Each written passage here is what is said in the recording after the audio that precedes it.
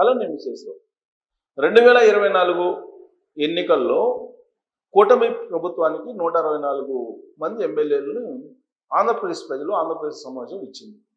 అయితే EVMs manipulation చేశారు. ఈ ఈవీఎంస్ మ్యానిపులేషన్ చేసిన కారణంగానే అన్ని వచ్చాయి, లేదంటే అన్ని వచ్చాయి కాదు అని చెప్పేసి ఇప్పుడు ఉండేటువంటి కొంతమంది మేధావి వర్గానికి సంబంధించినటువంటి వాళ్ళు ఎన్నికల కమిషన్ మీద ఈవీఎంల మీద అనుమానాలు వ్యక్తం చేస్తున్నారు. సరే, దీనికి సంబంధించి ఈ న్యూస్ని పరకాల భాస్కర్ అని చెప్పి ఢిల్లీలో ఉంటారు. ఆయన ఇచ్చినటువంటి ఇంటర్వ్యూను వైర్ అనేటువంటి ఒక వెబ్సైట్ ఇచ్చింది. దాన్ని బేస్ చేసుకొని కొంతమంది ప్రొఫెసర్స్, అలాగే కొంతమంది సామాజిక మేధావులు రకరకాలుగా విశ్లేషిస్తూ ఉన్నారు. తప్పులేదు, ఎవరి అభిప్రాయం వాళ్ళది. అయితే దీని మీద నేను నాకున్నటువంటి పరిజ్ఞానంతో ఒక విశ్లేషణ ఇవ్వదలుచుకున్నాను. ఎందుకనంటే బహుశా మిగతా మేధావులకి పోలింగ్ ఏజెంట్లుగా కూర్చున్నటువంటి అనుభవం ఉండకపోవచ్చేమో. నేను నా గ్రాడ్యుయేషన్ అయిపోయిన తర్వాత 2 ఎలక్షన్స్కి ఏజెంట్గా కూర్చున్నాను. అలాగే చీఫ్ ఎలక్షన్ ఏజెంట్గా కూడా నేను ఉన్నాను. సరే, పోలింగ్ బూతుల్లో ఏం జరుగుతుంది, కౌంటింగ్ రోజు ఏం జరుగుతుంది అనేది నాకు కొంత అవగాహన ఉంది. కొద్దిగా పోయినా ప్రాథమికమైనటువంటి అవగాహన ఉంది. బహుశా నేను అనుకోవటం ఈ విశ్లేషణ చేసేటువంటి మేధావులు కానీ ప్రొఫెసర్లు కానీ బహుశా దాని గురించి అవగాహన లేకుండా వ్యక్తం చేస్తున్నారేమో అనేటువంటి అభిప్రాయం నాకు కలిగి నేను దీన్ని మీకు అందజేసేటువంటి ప్రయత్నం చేస్తాను. సరే, వాస్తవంగా ఆ రోజు ఏం జరిగింది అనే దాని మీద వైర్ ప్రచురించినటువంటి కథనం ప్రకారం స్థూలంగా నేను చెప్తాను. ఫస్ట్ ఆ వైర్ ఇంటర్వ్యూలో పరకాల ప్రభాకర్ రావు గారు అనే అతను ఇచ్చినటువంటి ఇంటర్వ్యూని ఆ వైర్లో ఏం చెప్తున్నారంటే, ఎన్నికలు జరిగిన రోజు అంటే ఎప్పుడు మే 13 ఎన్నికలు జరిగింది. ఈ మే 13న 5 గంటల సమయం అంటే 5 PM పోలింగ్ శాతం ఎంతంటే 68.04% పోలింగ్ శాతం అని చెప్పారు అని చెప్పేసి దాంట్లో మెన్షన్ చేశారు. అయితే 5 తర్వాత కూడా క్యూ లైన్లో ఉండేటువంటి వాళ్ళు ఓట్లు వేయొచ్చు అనేది ఎన్నికల కమిషను ప్రతిసారి అనుసరించేటువంటి పద్ధతి. అయితే 8 గంటలకి ఆ రోజు 8 గంటలకి ఎంత ప్రచురించిందంటే 68.12. అంటే వాళ్ళు చెప్పినటువంటి కథనం ప్రకారం నేను చెప్తున్నాను. ఇక ఇదే రోజు 11:45 11:45కి 76.50 అని చెప్పి ప్రకటించింది. ఇక 4 డేస్ తర్వాత అంటే మే 17న ఆ రోజున ఎంత అనౌన్స్ చేసింది, మే 17వ తారీఖున అనౌన్స్ చేసినటువంటి పర్సెంట్ 80.66% అని చెప్పి వాళ్ళు ఇచ్చినటువంటి కథనం. సరే, ఆంధ్రప్రదేశ్ ఎన్నికల అధికారి ఆయన అనౌన్స్ చేసింది ఎంతంటే అఫీషియల్గా ట్వీట్ చేసింది 81.86. దీన్ని ఆ రోజున ఏపీ ఎన్నికల పోలింగ్ శాతం లాస్ట్కి 81.79% నిర్ధారించారు. అంటే మామూలు ఏపీ పోలింగ్ శాతం 81.79గా నిర్ధారించారు. అంటే సాయంత్రం 5 గంటల వరకు పోలింగ్ జరిగితే అంటే గంటకి వీళ్ళు లెక్కేశారు. 5 గంటల వరకు జరిగినటువంటి ఈ 5 గంటలు దీన్ని బేస్ చేసుకొని గంటకు ఎంతమంది ఓటేశారు అని చెప్పి లెక్కేశారు. గంటకు 6.8% కూల్ అయి ఉంటుంది అని చెప్పి లెక్కేశారు. దీన్ని బేస్ చేసుకుని 5 o'clock ఎన్నికల కమిషన్ ఇచ్చినటువంటి పర్సంటేజ్ ప్రకారం. ఆ తర్వాత జరిగినటువంటి 3 గంటలకి అంటే 5 నుంచి 3 ఇక్కడ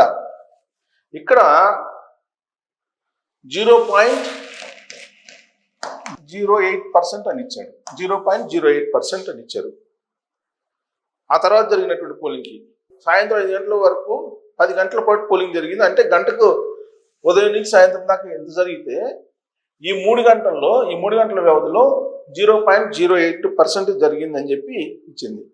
అంత తక్కువగా పోలింగ్ ఎందుకు జరిగిందనే దానికి ఇప్పుడు కమిషనర్ ఈసీ ఏం సమాధానం ఇవ్వట్లేదు అనేది దాంట్లో ఉన్న ప్రశ్న. ఇక ఎన్నికల రోజు 11:45 తెల్లవారుజామున ఇక్కడి నుంచి మరుసటి రోజు తెల్లవారుజామున అంటే మే 18న ఏమిచ్చారు? 3,500 పోలింగ్ కేంద్రాల్లో 4.16% పోలింగ్ జరిగింది. అంటే 2% కంటే ఎక్కువ జరిగింది అని చెప్పి అనుమానం వ్యక్తం చేస్తున్నారు. అంటే ఏకోజామున 3,600 పోలింగ్ కేంద్రాల్లో రాష్ట్ర వ్యాప్తంగా 4.16% పోలైంది. ఎప్పుడు? అర్ధరాత్రి తర్వాత 11:40 నుంచి మళ్ళీ మరుసటి రోజు పొద్దున వరకు అని చెప్పి ఇది చేస్తున్నారు. ఇది 2% అని లెక్క తేల్చి అంత భారీ సమయంలో ఓటింగ్ ఎలా జరుగుతుందని ఇది ఒక ప్రశ్న వేశారు. ఇక కేవలం 2:15 వ్యవధిలో 17,19,482 మంది ఓట్లు వేశారు అని చెప్పి లెక్క తెలుస్తున్నారు వీళ్ళు. అంటే ఒక్కో పోలింగ్ బూత్లో 491 మంది ఓట్లు వేశారు అని చెప్పి లెక్క తెలుస్తున్నారు. 491 మంది ఒక్కో పోలింగ్ బూత్లో ఓటు వేశారు. ఇది ఎలా వేశారు అని చెప్పి అడుగుతున్నారు. ఆ సమయంలో ఉదయం 7 నుంచి సాయంత్రం 7 గంటల వరకు జరిగిన ఓటింగ్లో ఏపీలో 46,389 బూతుల్లో గంటకు 70 ఓట్లు పడ్డాయి. అంటే నిమిషానికి ఒక ఓటు చొప్పున వేశారు. కానీ ఇక్కడ అన్ని ఓట్లు ఎట్టబడ్డాయి అని చెప్పి లెక్కేస్తున్నారు. ఒక అర్ధరాత్రిలోనే 400 ఒక్కో బూత్లో 491 మంది, అంటే నిమిషానికి 3 వేశారు. మామూలుగా నిమిషానికి ఒకళ్ళు వేయాల్సింది, 1 నిమిషానికి 3 ఎలా వేశారు రేత్రి అనేది ఒక ప్రశ్న. ఇది సాధ్యమయ్యే పనేనా 3,500 పోలింగ్ కేంద్రాల్లో? ఆ తర్వాత అర్ధరాత్రి 11:45 నుంచి 2 గంటల మధ్య సగటున 200 మంది కంటే ఎక్కువ ఓట్లు వేశారని చెప్పి ఇది ఒక అనుమానం వ్యక్తం చేస్తున్నారు. సో ఇలాంటి అనుమానాలను వ్యక్తం చేస్తూ ఈ ఓట్లు ఎలా పోలయ్యాయి అని చెప్పి చెప్తున్నారు. సరే, ఎలా పోలైనవి ఏంటి అనేది చూస్తే కనుక, సరే వీళ్ళు వేసేటువంటి డౌట్ అంటే ఉదయం నుంచి సాయంత్రం వరకు జరిగినటువంటి పోలింగ్ పర్సంటేజ్ ప్రకారం ఒక నిమిషానికి 1 ఓటు వేయాలి. రేత్రి జరిగినటువంటి పోలింగ్లో నిమిషానికి 3 మంది ఎట్టేస్తారు అనేది ఒక డౌట్ రైట్ చేశారు. అలాగే ఈ టైంలో 3 గంటల వ్యవధిలో 0.08 చాలా తక్కువ ఉంది, అది ఎలా సాధ్యం అని చెప్పి రైట్ చేశారు. ఇలా అనేక పాయింట్లు రైట్ చేశారు. సరే, మరుసటి రోజు మళ్ళీ దాన్ని ఓటింగ్ పర్సంటేజ్ పెంచి చెప్పింది ఎలక్షన్ కమిషన్ అని చెప్పారు. అయితే ఇక్కడ నెంబర్ 1, ఇక్కడ వైసీపీ ఏజెంట్లు ఉంటారు. వైసీపీ ఏజెంట్లు ప్రతి పోలింగ్ కేంద్రాల్లో ఉంటారు. వైసీపీ ఏజెంట్లు పైగా అప్పుడు గవర్నమెంట్ ఉంది ఎవరిది? వైఎస్ఆర్ కాంగ్రెస్ పార్టీ. జగన్మోహన్ రెడ్డి గారు ముఖ్యమంత్రిగా ఉన్నారు. ఎలక్షన్ కమిషన్ ఆధ్వర్యంలో ఎలక్షన్ జరుగుతున్నప్పటికి కూడా జగన్మోహన్ రెడ్డి గారు దాదాపు సంవత్సరం ముందు నుంచి రాజేంద్ర రెడ్డి గారు డీజీపీ గారు ఆధ్వర్యంలో పోలీసుల్ని కానిస్టేబుల్ దగ్గర నుంచి, హోంగార్డుల దగ్గర నుంచి తమ అనుకూలంగానటువంటి వాళ్ళు వేసుకున్నారు అనేది అప్పట్లో వచ్చినటువంటి న్యూస్. అలాగే ఆర్డీఓలు కానీ, ఎంఆర్ఓలు కానీ, వీళ్ళందరూ కూడా, అంటే దాదాపుగా ఫీల్డ్ స్టాఫ్ అంతా ఎక్కువ మంది వైఎస్ఆర్ కాంగ్రెస్ పార్టీ సానుభూతి పరులు ఉన్నారు అనేది అప్పట్లో బలంగా వినిపించింది. అలాంటప్పుడు అధికారులు వన్ సైడ్ చేసే అవకాశం లేదు. వైఎస్ఆర్ కాంగ్రెస్ పార్టీ ఏజెంట్లు కరుడు కట్టినటువంటి వాళ్ళని పెట్టుకున్నారు. ప్రజగా అధికారంలో ఉన్నారు కాబట్టి మీకు పోలింగ్ ముగిసిన తర్వాత ప్రతి పోలింగ్ బూత్లో ఏజెంట్ల చేత సంతకం పెట్టించుకుంటారా? అక్కడ పార్టిసిపేట్ చేసినటువంటి అన్ని పార్టీలకు సంబంధించిన ఏజెంట్ల చేత సంతకాలు పెట్టించుకొని ఫామ్ 17 అనేది ఒకటి ఫిలప్ చేసుకుంటారు. దాంట్లో పోలైనటువంటి ఓట్లని నమోదు చేస్తారు ఫామ్లో.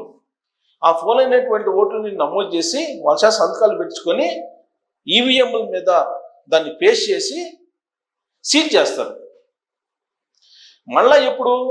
కౌంటింగ్ రోజు తీస్తారు బయటికి.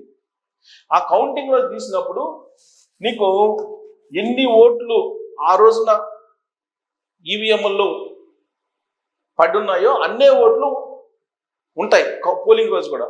మళ్ళీ అదే రోజు ఏజెంట్లు వచ్చి చూస్తారు, చెక్ చేసుకుంటారు, ఆల్రెడీ నోట్ చేసుకుంటారు వాళ్ళు. నోట్ చేసుకుని అప్పుడు ఎంత పోలింగ్ అయిన ఓట్లు ఇప్పుడు ఎంత ఉన్నాయి అనేది. సో ఆ ఈవీఎంల్లో సపోజ్ 1000 ఓట్లు ఈవీఎంలో ఉంటే అదే 1000 ఓట్లతోటి ఉంటాయి, అవే కౌంట్ చేస్తారు.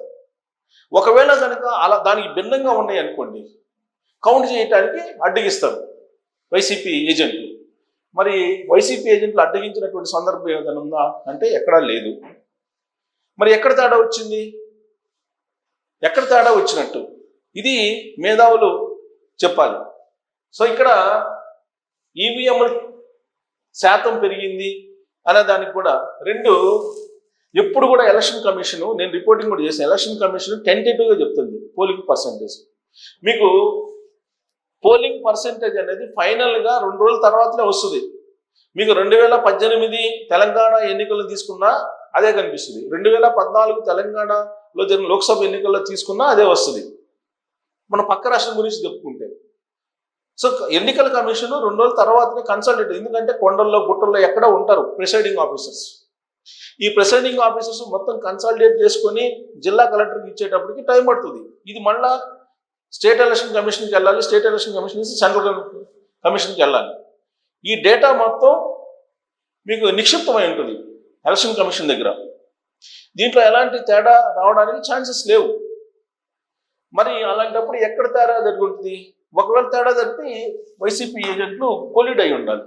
ఒకవేళ ఆ విధమైన అనుమానాలు వస్తాయి, ఈ పోలింగ్ పర్సెంట్ అమాంతం పెరిగింది అని అంటే వైసీపీ ఏజెంట్లకు ముందే అవంతా జరగాలి. మరి వైసీపీ ఏజెంట్లు స్ట్రాంగ్గా ఉన్నారు కదా, అది ఎలా జరుగుతుంది? జరిగేదని ఛాన్స్ ఉందా అనేటువంటి ఒక ప్రశ్న వేసుకోవచ్చు.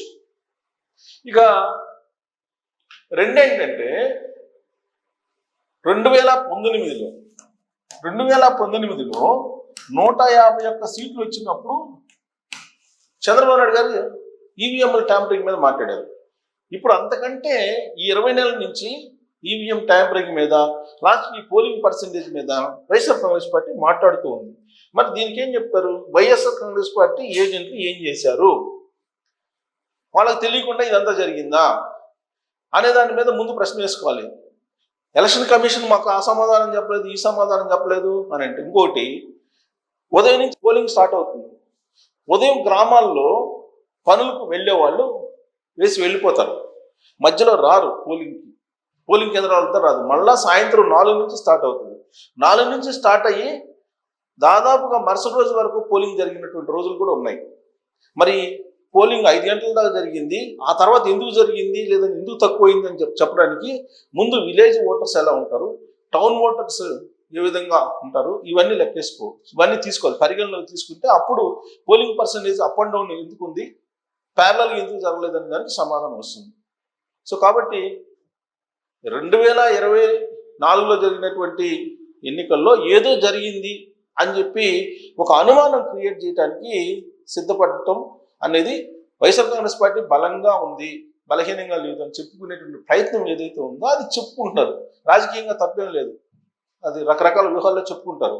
కానీ ప్రజలు ఇచ్చినటువంటి తీర్పు ఏదైతే ఉందో దాన్ని అనుమానించడం, అవమానించడం అనేది ప్రజాస్వామ్యానికి అంత మంచిది కాదేమో. ఈ విషయాన్ని రాజకీయ పార్టీలు కాకుండా మేధావులు, కొంతమంది ప్రొఫెసర్లు వ్యక్తం చేయడం అనేది ఎంతవరకు కరెక్ట్, దీని సమాజాన్ని పక్కదావు పట్టడమా లేదంటే నిజాలను చెప్పడమా అనే దాని మీద మీరు కామెంట్ చేయొచ్చు. Thank you.